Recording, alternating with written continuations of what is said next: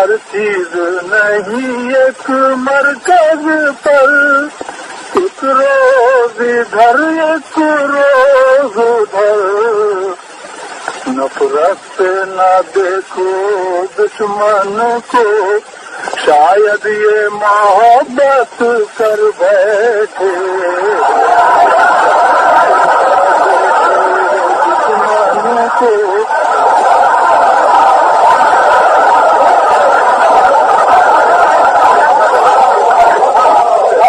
اللہ تو سب کی سنتا ہے، ضرورت ہے شکیل اپنی اپنی، حالی نے جو بات اف بھی نہ کی، اقبال شکایت کر بیٹھے، غم سے کنگا کر۔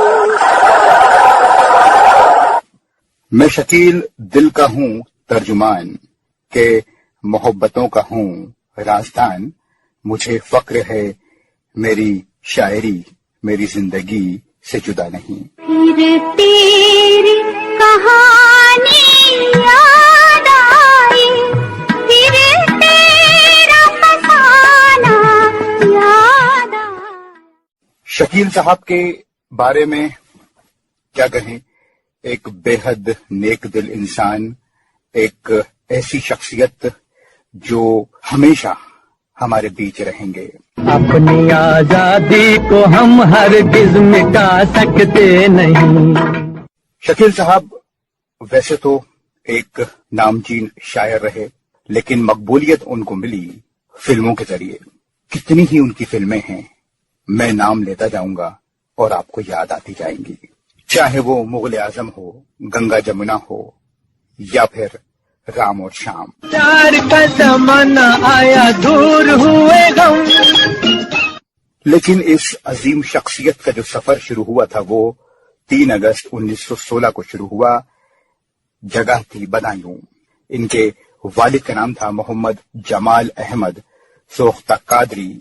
شکیل صاحب کے خاندان میں کوئی دور دور تک شاعر تھا ہی نہیں۔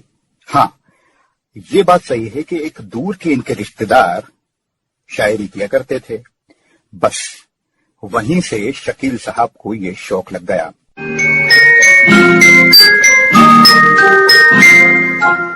ویسے ان کے گھر والے چاہتے تھے کہ یہ اپنا کریئر کہیں اور بنائیں، لیکن قسمت میں جو لکھا ہوتا ہے اسے کوئی بھی بدل سکتا نہیں ہے، اور یہی شکیل بدایونی صاحب کے ساتھ بھی ہوا۔ بچپن میں ان کی تربیت ہوئی فارسی کی، ہندی کی، اردو کی، اور پھر وہیں سے یہ سلسلہ ان کا شروع ہوتا چلا گیا۔ اور 1936 میں جب شکیل صاحب نے علی گڑھ یونیورسٹی کو جوائن کیا تو وہاں سے پھر ان کو اور بھی، یا یوں کہیں کہ ان کی جو پرواز ہے وہ تھوڑی اور آگے بڑھی۔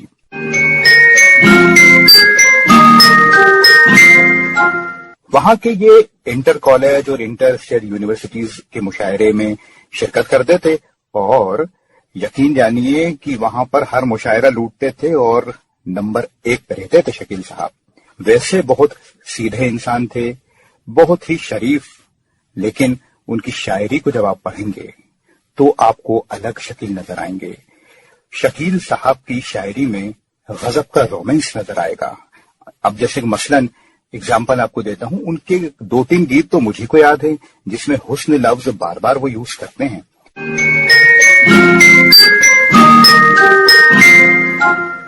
روی صاحب جو میوزک ڈائریکٹر تھے ایک بار بتا بھی رہے تھے کہ انہوں نے پوچھا کہ شکیل صاحب یہ حسن لفظ سے آپ کو اتنی محبت کیوں ہے کہ حسن والے تیرا جواب نہیں، حسن سے چاند بھی شرمایا ہے۔ تو شکیل صاحب نے جواب دیا کہ میاں مجھے یہ لفظ سے محبت اس لیے ہے کہ مجھے تو آپ سے عرض یہ کرنا ہے کہ موت بھی آتی ہے آتا نہیں، تو مجھے تو حسن سے بے پناہ محبت ہے۔ اور یقیناً خاص کر ان کے جو رومانٹک سانگس ہیں، آئے ہائے ہائے ہائے ہائے، اس کی جو شاعری ہے، ذرا سن حسینائے نازنی، آہا، کیا اس میں آپ لفظوں کی روانی دیکھیے۔ تیرے حسن سے جو سنور گئی۔ تو آپ نے محسوس کیا ہوگا حسن لفظ اور کتنی خوبصورتی سے تعریف کی. یہ کمال تھا شکیل صاحب کا. اب تھوڑا سا رخ کرتے ہیں شکیل صاحب کیسے بامبے آئے اور کس طرح سے ان کا کریئر رہا. ہم درد کا افسانہ دنیا کو سنا دیں گے. 1944 کے آس پاس وہ بامبے آتے ہیں. نوشاد صاحب ان کو لاتے ہیں, ایک مشاعرے میں سنتے ہیں, اور اس کے بعد پھر 3 سال لگتے ہیں 1947 میں, جب پہلی فلم آتی ہے درد. درد کاردار صاحب کی فلم تھی اور اس کے تمام گانے شکیل صاحب نے لکھے, اور یہ کہنے میں کوئی غریز نہیں ہے, یہ سچائی ہے کہ پہلی ہی فلم سے شکیل صاحب نے کامیابی کے جھنڈے جو ہیں وہ بلند کر دیے. گیت کو یاد کریں, افسانہ لکھ رہی ہوں, جسے اما دیوی, جنہیں ہم ٹنٹن جی کے نام سے جانتے ہیں, انہوں نے گایا.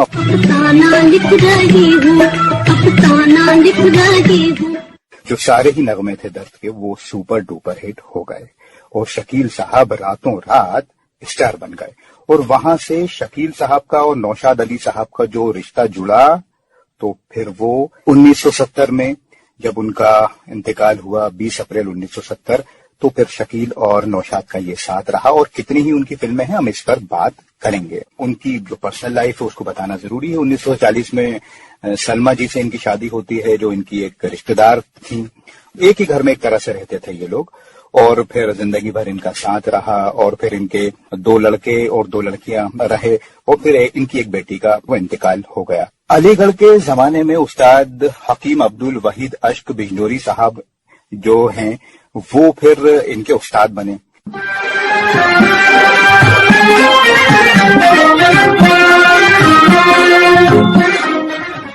کیونکہ پھر شاعری کا باقاعدہ ان کو شوق ہوا, شاعری انہوں نے سیکھی. پھر یہ حالانکہ دلی گئے, دلی میں پھر انہوں نے جاب کی, لیکن پھر وہاں پر ان کا دل نہیں لگا شکیل صاحب کا, کیونکہ شاعری کا جو ہے وہ پھر چسکا ایک طرح سے لگ گیا تھا.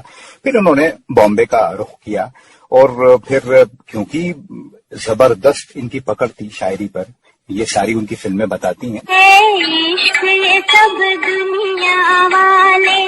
اتنے بڑے شاعر اور گیتکار کے بارے میں مختصر میں بات کرنا یقین جانیے ناممکن ہے. شکیل صاحب کے بارے میں کچھ باتیں آپ کو بتاتا ہوں, شاید آپ کو معلوم ہو یا نہیں معلوم ہے, تو میں آپ کو بتاتا ہوں کہ درد فلم سے سفر شروع ہوا.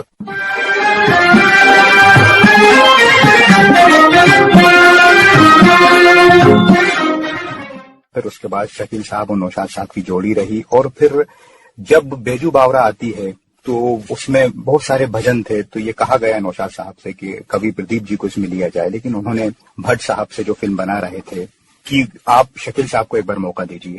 تو انہوں نے کہا کہ اس میں اگر کبھی پردیپ رہیں تو بہتر ہے, کیونکہ اس میں بہت سی بھجن ہم لوگ دے رہے ہیں تو وہ بہتر لکھتے ہیں. لیکن انہوں نے کہا آپ موقع دیجیے نوشاد صاحب نے. پھر شکیل صاحب کو جب موقع ملا تو آپ سب جانتے ہیں کہ بیجو باورا نے کس طرح کے جو ہیں وہ ریکارڈ قائم کیے ہیں, اور آج تک, اور اس سے کافی لوگوں کو فائدہ ہوا. شکیل صاحب کو تو ہوا ہی, رفیع صاحب کو ہوا, اور بھٹ صاحب جو پروڈیوسر تھے بیجو باورا کہ ان کو سب سے زیادہ فائدہ ہوا, کیونکہ وہ تو تالا لگانے والے تھے اپنی فلم کمپنی کو, لیکن اس فلم نے ان کو ایک نئی جان دی.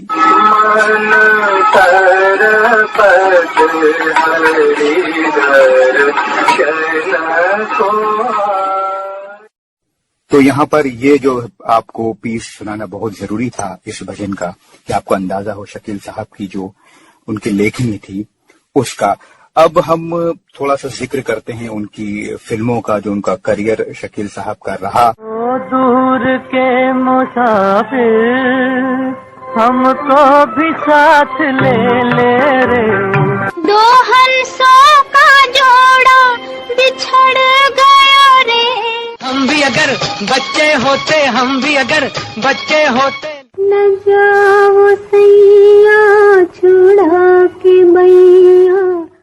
نین لڑ جئی ہیں, نین لڑ جئی ہیں تو منوا ماں کتک ہوئی بے کری.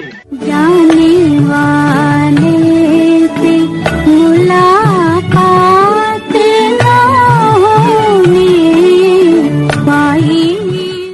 مدھبن میں رادھکا ناچے رے. ملتے ہی آنکھیں دل ہوا دیوانہ کسی کا. ملتے ہی آنکھیں دل ہوا دیوانہ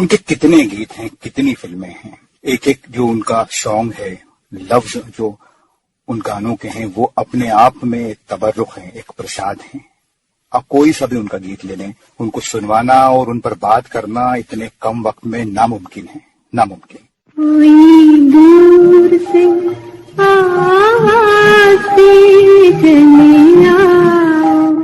اور اس پروگرام میں کوشش بھی یہی رہتی ہے کہ کچھ ایسی باتوں پر فوکس کیا جائیں جو بہت زیادہ کامن نہ ہوں, لیکن یہ لوگ اتنے بڑے ہیں, اتنے مشہور ہیں کہ ان کی ہر بات جو ہے وہ لوگوں تک پہنچ ہی جاتی ہے کسی نہ کسی طریقے سے. چاند چھپا اور تارے ڈوبے رات غضب کی آئے. اور اب اپنے لفظوں کو سمیٹنے کی کوشش کرتا ہوں. شکیل صاحب کا انتقال 20 اپریل 1970 کو ہوا. انہیں ٹی بی کی بیماری نے اور شوگر کی بیماری نے گھیر لیا تھا, اور کیونکہ نوشاد صاحب اور ان کی بہت گہری دوستی تھی تو آخری دنوں میں جب ان کی طبیعت خراب ہو گئی تھی اور وہ پنج گنی میں ایک اسپتال میں بھرتی تھے, تو آخری کی جو فلمیں ہیں نوشاد صاحب نے ان کی بہت مدد کی, کیونکہ مالی حالت بھی صحیح نہیں رہتی جب انسان بیمار ہو جاتا ہے. تو اس کے بعد پھر کچھ فلمیں ان کو دلوائیں اور وہیں پر انہوں نے بیماری کے عالم میں پنج گنی میں وہ فلمیں لکھیں, رام اور شام, آدمی اور سنگھرش. تو یہ ایک سچی دوستی بھی ہوتی ہے. لیکن 1970 20 اپریل کو شکیل صاحب اس فانی دنیا کو الوداع کہہ گئے. یہ زندگی کے میلے دنیا میں کم نہ ہوں گے, افسوس ہم نہ ہوں گے. لیکن ان کا کام ہمیشہ ہمارے بیچ ہے. تقریباً 89 فلمز میں انہوں نے گانے لکھے, اتنی فلمیں ہیں, اور غیر فلمی ان کی غزلیں ہیں. تو شکیل صاحب کے بارے میں آج بس اتنا ہی کہ یہ ٹوٹی پھوٹی کچھ انفارمیشن آپ کو پسند آئی ہوگی, اور خدا سے دعا کرتا ہوں کہ شکیل صاحب جہاں بھی ہیں خدا ان کے درجات کو بلند کرے. فراز کو اب دیجیے اجازت. نمسکار. جانے والے تیرا خدا